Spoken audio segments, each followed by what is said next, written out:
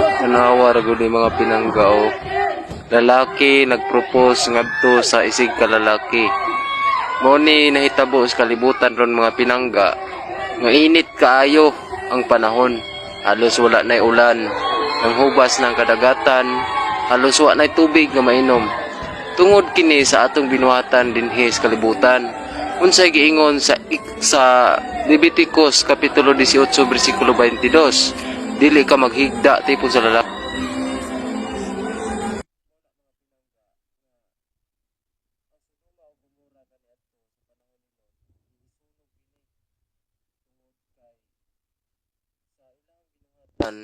Nga ang same-sex couple managhimo na sa dili maayo.